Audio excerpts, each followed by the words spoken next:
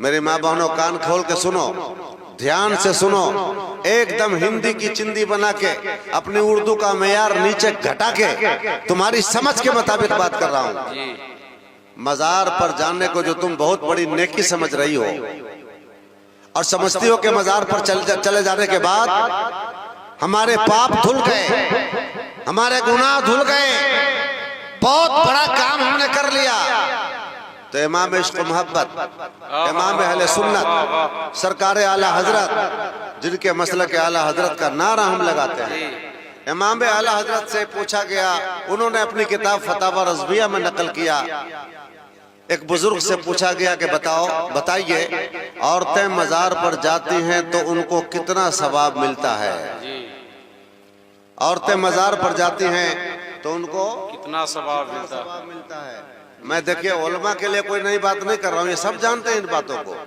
इसके बावजूद भी ये जगह हैं, बेदार हैं, ये मेरा हौसला बढ़ा रहे हैं, आपको समझाने के लिए बोल रहा हूँ। ये तो सब जानते ही हैं, आप सुनिए।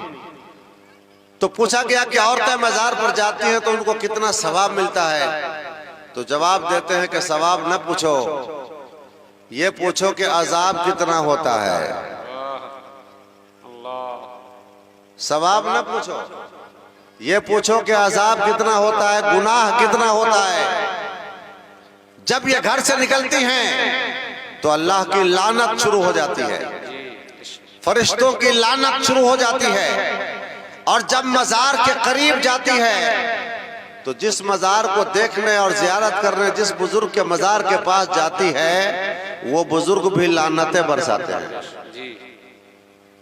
वो भी लानत बरसाते हैं। अब अंदाजा फरमाए कब तक? जब तक ये दोबारा घर वापस ना आ जाए, लानत ही बरसती है।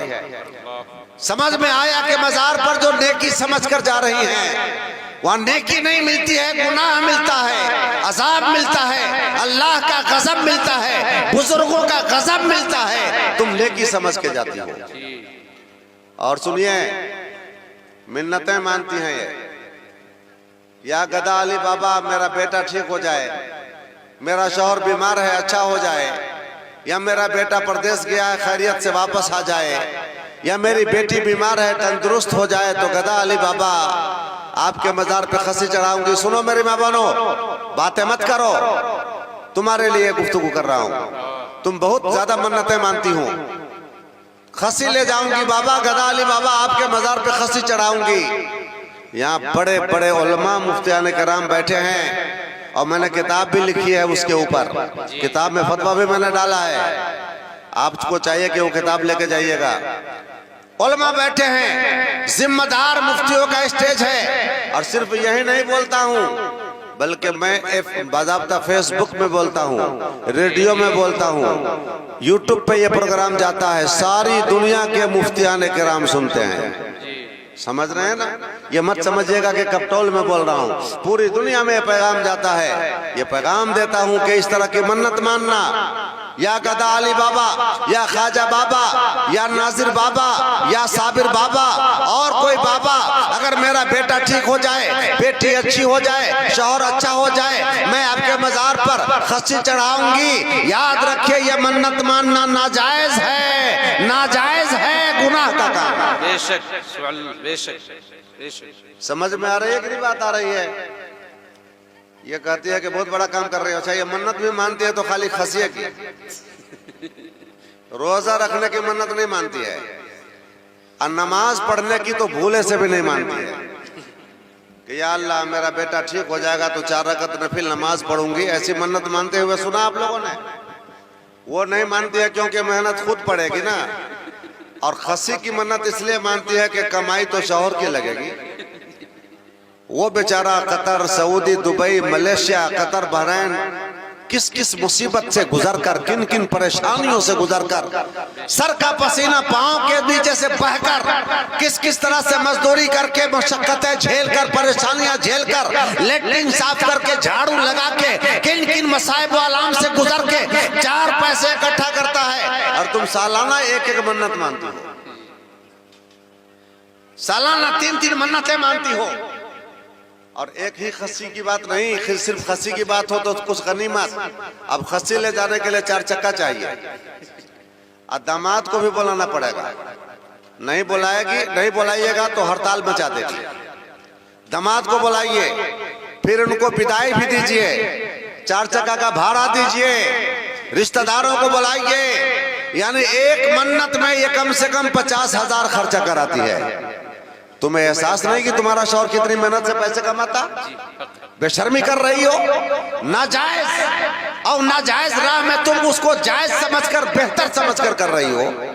तो ऐ मेरी माँ बहनों, ध्यान से सुनो। कल न कहना कि मुझे मालूम न था। जब खुदा के यहाँ तेरी पकड़ होगी, जब तुम्हारे ऊपर कोड़े बरसेंगे, तो तुम ये भी नहीं कह पाओगी कि हमें मालूम नहीं था। उस मौके पर तुम्हारा गरीबान पकड़ लिया जाएगा और तुम्हें खामोश कर दिया जाएगा कि नहीं, तुम्हें जलसे में मसला बताया गया था, तुम्हारे पास कोई उज़्र न रहेगा। तो ये खस्सी की मन्नत मानना नाजायज है। और लोग चादर की भी मन्नत मानते हैं, तो चादर की मन्नत भी मन्नत नहीं है शरीय, वो मन्नत नहीं है। मन्नत का मतलब होता है सिर्फ अल्लाह के लिए। मन्नत इबादत है, और इबादत अल्लाह के सिवा किसी की करना जायज है? आप लोग बोलिए, जरा सा जवाब दीजिए। अल्लाह के सिवा किसी की इबादत करना जायज तो नहीं है ना? तो जब अल्लाह के अलावा किसी की इबादत जायज नहीं, अब मन्नत इबादत है, तो फिर आप कैसे बुजुर्गों के नाम पर मन्नत मान सकती हैं? तो बुजुर्गों के नाम पर मजार पे चादर चढ़ाना, मुर्गा ले जाना, खस्सी ले जाना, मोमबत्ती जलाने की मन्नत मानना, सोना चढ़ाने की मन्नत मानना, चांदी वहां डालने की मन्नत मानना, इस तरह की सारी मन्नतें बेकार हैं। ये मन्नतों को पूरा करना बिल्कुल नहीं जरूरी है। हाँ, मन्नत मानना हो तो आप रोजा रखने की मन्नत मानो, मन्नत मानना हो नमाज पढ़ने की मन्नत मानो। तो अव्वल तो औरतों को मजार पे जाना जायज नहीं है, एक तो वहीं पर जुर्म हो गया। और दूसरा जुर्म कि अगर इमाम साहब ने मना भी किया तो कहती है क्या, बड़े बड़े मौलाना को देखे कहाँ वहां जाते रहते हैं, बड़े बड़े मौलाना वहां नजर आते हैं, बड़ी बड़ी दाढ़ी वाले, बड़ी बड़ी ऊंची ऊंची टोपी वाले मौलाना नजर आते हैं वहां। तो क्या उनको मसला नहीं मालूम है कि आप ही को खाली मालूम है? ये कह करके उल्टा चोर कोतवाल को डांटे, उल्टा डांटती है। ऐ मेरी माँ बहनों और मेरे इस्लामी भाइयों, मजार के इर्द गिर्द जो मंडलाते हुए बड़ी बड़ी टोपी वाले आपको नजर आते हैं, बड़ी बड़ी दाढ़ी वाले नजर आते हैं। अगर बड़ी दाढ़ी होने का नाम मौलाना हो जाए तो बुकरा को सबसे बड़ा मौलाना होना चाहिए। उसकी दाढ़ी तो और बहुत ज्यादा बड़ी होती है ना, तो दाढ़ी बड़ी होने से कोई मौलाना हो जाता है? नहीं। और टोपी बड़ी होने से मौलाना कोई हो जाएगा? तब तो हर कोई चाहेगा कि चलो भाई 4 हाथ की टोपी बना लो, 3 मंजिला टोपी बना लो, मौलाना की सनद ले लो। मौलाना मतलब होता है जिसके सीने में कुरान और हदीस का इल्म हो, वो मौलाना होता है। आपको जो ये चेहरे नजर आते हैं मज़ारों पर, दाढ़ी वाले, टोपी वाले, कुर्ता वाले, पजामा वाले, मौलाना की शक्ल में, दरअसल वो मौलाना ही नहीं है जिसको आप मौलाना समझ रहे हैं। कुरान में आया, इन्नमा यख्शल्लाह मिन इबादिहिल उलमा।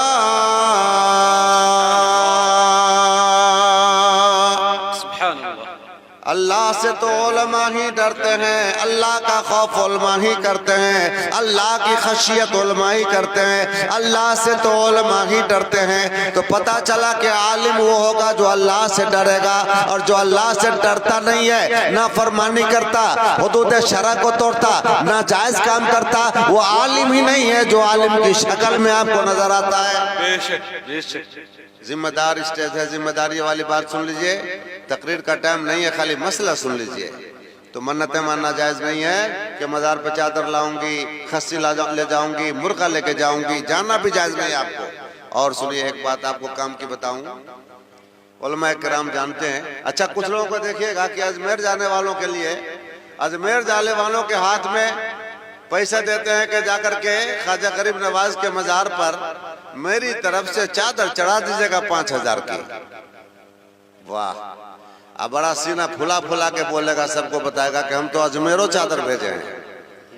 अब क्या कहें, ऐसी जगह पर बड़ी मुश्किल हो जाती है कि कैसे इस इंसान को डांटा जाए। अरे तुमको पूरे मोहल्ला में कोई गरीब नहीं मिला था जिसको 5,000 रुपया दे देता, कोई बीमार न मिला था जिसके इलाज में तुम 5,000 दे देता, कोई गरीब की बच्ची की शादी नहीं हो रही थी जिसको तुम 5,000 दे देता। कसम खुदा की तुम अपने मोहल्ले की गरीब बच्ची की शादी में 5,000 दे देता, रब की बारगाह में तेरी रकम भी कबूल होती और गरीब की दुआ तो निकलती, वो बाबे इजाबत तक जाता। हमारे लिए दिल से दुआ करती। अजमेर भेज रही है चादर के लिए 5,000 रुपया, समझती है कि बड़ा काम कर लिया, कुछ काम न किया, खाक नहीं काम किया, कोई सवाब नहीं मिलेगा, कोई सवाब नहीं मिलेगा। 5,000 की चादर भेजती है वहां, अब पड़ोस में गरीब को इलाज के लिए परेशानी, बेटी की शादी हो रही होती है, चंदा देने में कहेगा 1100 लीजिए ना, 2,000 देने की ताकत नहीं है, चादर भेजने के लिए अजमेर शरीफ 5,000। चादर औलिया किराम के मजार पे इतना डालने की क्या जरूरत है जी? एक चादर बहुत है अजमत के लिए। जैसे कुरान पे एक गिलाफ चढ़ाते हैं कि 5-10 गिलाफ चढ़ाते हैं कुरान पे? बोलिएगा जरा, जवाब दीजिएगा। एक ही चढ़ाते हैं ना? क्या 10-15 गिलाफ चढ़ाते हैं तब जाके कुरान का मकाम मर्तबा ऊंचा समझ में आता है? एक गिलाफ आपने डाल दिया, आपने समझ लिया कि ये किताब और किताबों की तरह नहीं है, लिहाजा आपने एक गिलाफ चढ़ा दिया। इसी तरीके से औलिया किराम के मजार पर एक चादर डाल दी जाए ताकि समझ में आए कि और लोगों की तरह इनकी कब्र नहीं है, या और कब्र वालों की तरह ये कब्र वाले हैं। तो एक चादर से पहचान हो गई। मगर अफसोस है हम सुन्नी जमात में मजार बड़ा ऊंचा ऊंचा बनाएगा जी। देखिएगा मस्जिद का हाल खराब रहता है, दीवार बोसीदा है, छत टपक रही है, मदरसा की कमी है, मदरसा में पढ़ने वाले बच्चों को पढ़ने की जगह नहीं मिलती है, अब मजार खूब चमकाएगा। अल्लाह अकबर, ये मेयार हमारा घट गया। मजार चमकाने का नाम समझता है बहुत बड़ी सुन्नियत है। अरे किसी का मकाम उनसे ऊंचा होगा। हजरत सैयद उतना खातून जन्नत, जन्नती औरतों की सरदार, मेरे सरकार की प्यारी बेटी फातिमा, हसनैन करीमान की माँ, जन्नती औरतों की सरदार, सैयदुल शुहदा की माँ, सैयदुल अंबिया की बेटी फातिमा ज़हरा। क्या उनसे किसी का मकाम ऊंचा होगा? नहीं। मगर जाइए मदीना शरीफ में देखिए उनका मजार कितना है, कैसा है। क्या बहुत बड़ा मजार बना देने से मकाम किसी का बढ़ जाएगा? लोग मजार ऊंचा इसलिए बनाते हैं ताकि ठगने का मौका मिले, लोग फंसेंगे ज्यादा, इसलिए कि दुनिया समझती है कि जो जितना ऊंचा मजार होगा तो मजार वाला उतना बड़ा अल्लाह का वली होगा, और जितना सादी कब्र है तो वो अल्लाह का वली नहीं होगा। ये मेयार हमने आपने बना लिया तो लोगों ने भी ठग ठगैती का सिलसिला शुरू कर दिया। ऊंचा ऊंचा मजार बना करके सुन्नियत को तबाह किया जा रहा है, सुन्नियत का रुख मोड़ा जा रहा है। हमारे हम तालीम पर तवज्जो नहीं करते, एजुकेशन पर हम ध्यान नहीं। पैसे हमारे मज़ारों की तामीर में, चादर के लिए, खस्सी मुर्गा के लिए, उर्स के लिए, जलसों के लिए, सारे पैसे हमारे उधर बर्बाद होते हैं। तो हमें जरूरत इस बात की है कि किधर हमको ज्यादा खर्च करना चाहिए, इस पर हमें ज्यादा तवज्जो देने की जरूरत है। माँ बाप को राजी कीजिए। अभी आपने सुना होगा एक तकरीर में कौन हजरत बयान कर रहे थे, गालिबन मौलाना शाकिर कादरी साहब, पीर का हाथ चूमेगा, उस्ताद का हाथ चूमेगा, आलिम का हाथ चूमेगा, लेकिन माँ का कदम नहीं चूम पाता, बाप का हाथ नहीं चूम पाता। मैं कहता हूं कि अगर आप किसी आलिम का हाथ नहीं चूमिए कोई फर्क नहीं पड़ता है। एक बार अपने बाप का हाथ चूम के देख लीजिए, बाप का दिल किस कदर आपके लिए ममता का समंदर बन जाए। सुभान अल्लाह, सुभान अल्लाह। नारे तकबीर, नारे रिसालत, अज़मते वालिदैन, खुदा तौफीक दे, नेपाल, खुदा तौफीक दे तो माँ का कदम भी चूमिए। अब माँ का कदम चूमने के बाद देखिएगा कि माँ का दिल कैसा फूल की तरह खिलता है। जो दुआ दिल से निकलेगी वो दुआ सीधा बाबे इजाबत तक पहुंच जाएगी, रुकावट कुछ भी नहीं। पैगंबर के बाद माँ बाप की दुआ कबूल होती है। पैगंबर के बाद, नबी रसूल के बाद सबसे ज्यादा दिन की दुआ कबूल होती है। वो कौन है? माँ बाप हैं। इतनी कीमती कीमती बात अब भारी भारी जलसा में सुनते होंगे। भारी जलसा में तो हल्ला चिल्ला खाली होता है, कीमती बात तो इसी समय होती है भाई। चुनिए मोती चुनिए। पैगंबर के बाद, नबी रसूल के बाद अगर सबसे ज्यादा दुआ आपके हक में कबूल होगी तो किसकी? माँ बाप की दुआ कबूल होगी। क्या है? क्या है? शेर पर जरा पढ़िए ना। ममता से भरी प्यार की दौलत नहीं मिले। माँ जैसी माँ जैसी जहां में कोई औरत न मिलेगी। सुभान अल्लाह, सुभान अल्लाह। माँ जैसी जहां में कोई औरत न मिलेगी, औरत न मिलेगी। माँ जैसी जहां में कोई औरत न मिलेगी। ममता से भरे प्यार की मूरत न मिलेगी। हजरत सैयदतुना आयशा सिद्दीक़ा तैयबा ताहिरा राकिया साजिदा ज़ाहिदा रज़ियल्लाहु ताला अन्हा की बारगाह में एक साइला आई, एक खातून आई, साथ में 2 बच्चे थे। उन्होंने सवाल किया, हमारे बच्चे भूखे हैं, मैं भी भूखी हूँ, अगर आपके घर में कुछ हो तो अता फरमाइए। जाहिर बात है उस घर पे गई है जिस घर से कभी किसी को खाली हाथ लौटाया नहीं गया। हजरत आयशा सिद्दीक़ा रज़ियल्लाहु ताला अन्हा घर में गई। तलाश करने के बाद 2 खजूरें मिली, 2 लेके आ गई, माँ के हाथ में थमा दिया। माँ ने दोनों खजूरों को अपने दोनों बेटों के हाथ में दे दिया, खुद भूखी रह गई, दोनों बच्चों को दे दिया। दुनिया के दोस्तों अहबाब रिश्तेदार तुम्हें, जब तक तुम्हारे अंदर हरियाली है, खुशहाली है, शादाबी है, जेब में पैसे हैं, दौलत है, सरवत है, इज्जत है, नाम है, तब तक 1000 दोस्त बनेंगे। लेकिन जैसी तुम्हारी दौलत खत्म हो जाएगी, चमचों की तरह तुमसे दूर हो जाएंगे, तुम्हारे मुंह करने वाला छीन लेंगे।